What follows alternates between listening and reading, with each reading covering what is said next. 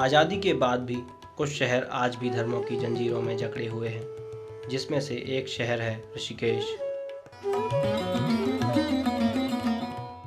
मैं मोहम्मद तहसीन खां आईडीपीएल का पुराना कर्मचारी हूँ। सन 1966 में मैंने इस प्लांट को ज्वाइन किया था और तब से हम लोग नमाज के लिए जगह की जिद्दोजहद के लिए हम बराबर बातचीत करते रहे। हमने 1968 में तत्कालीन मैनेजमेंट से बातचीत किया, जिसमें हमने ये चाहा कि भाई हमें भी जो है नमाज़ पढ़ने के लिए कोई उचित स्थान मिले। में तो उन्होंने हमें एक जगह अलाट कर दी।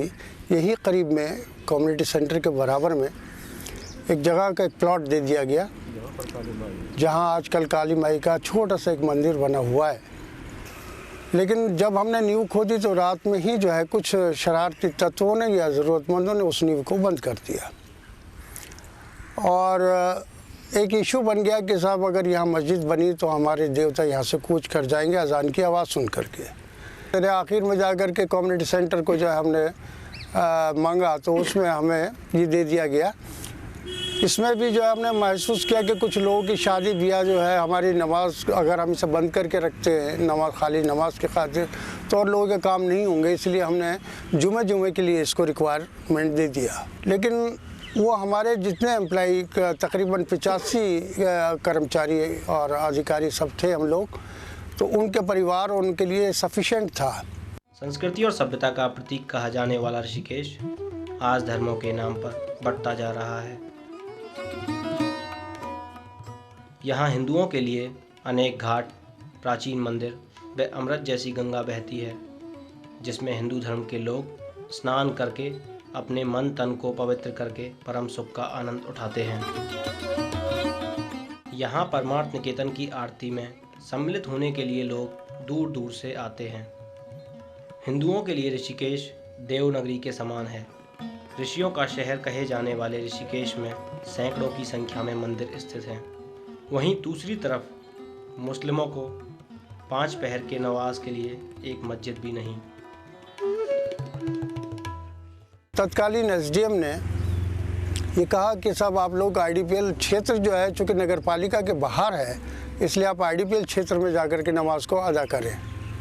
चुनाचे ऋषिकेश के लोग भी यहाँ आने लगे और आने के बाद तादाद जो है काफ़ी बढ़ गई और आजकल तो ये समझिए कि हर जुमे को 500-700 आदमी नॉर्मल तरीके से रहते हैं और रमज़ान के जुमे और ईदैन के जुमे जो होते हैं, ईदैन की जो नमाज़ें होती हैं उसमें ये तादाद बढ़ कर के ये 2000-3000 तक चली जाती है।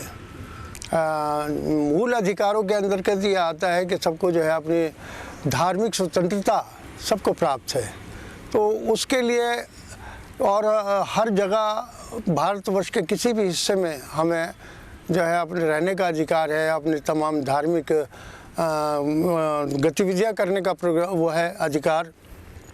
इन सब अधिकारों के तहत ये हमारा ये क्षेत्र इससे जो है बहुत दूर बैठा हुआ है। आज़ादी के इतने साल बाद भी मुस्लिमों को नमाज के लिए सार्वजनिक स्थल का सहारा लेना पड़ता है।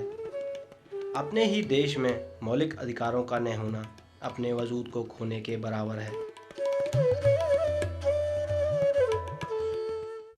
हमारी कम्युनिटी को यहाँ पे नमाज़ पढ़ने के लिए कोई मस्जिद नहीं थी। जब हमने प्रशासन से बात किया तो ये कहा गया कि ब्रिटिश टाइम से ही यहाँ पे मस्जिद नहीं बनाई जा सकती। कभी कभी ऐसा होता है कि बाहर से जो यात्री आते हैं और वो नमाज़ पढ़ने के लिए आते हैं तो वो मस्जिद कहाँ है ये पूछते हैं। उनको ये बता दिया जाता है कि आप आगे जाइए, यहाँ पे नमाज होती है, मस्जिद कोई नहीं है। फिर वो आके हमसे पूछते हैं जनाब यहाँ पे मस्जिद क्यों नहीं है। धर्म जाति में क्या रखा, सब हैं एक समान, प्रभु खुदा में क्या रखा, जब एक ही के दो नाम।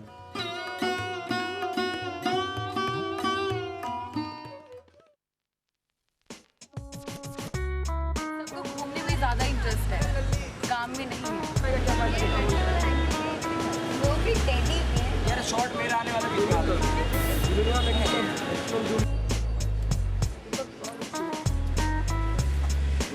चलो मैं आपको एक और देता हूँ टास्क, इधर आओ। किल बाय रेसी, इधर आओ, किल बाय रेसी, इधर आओ।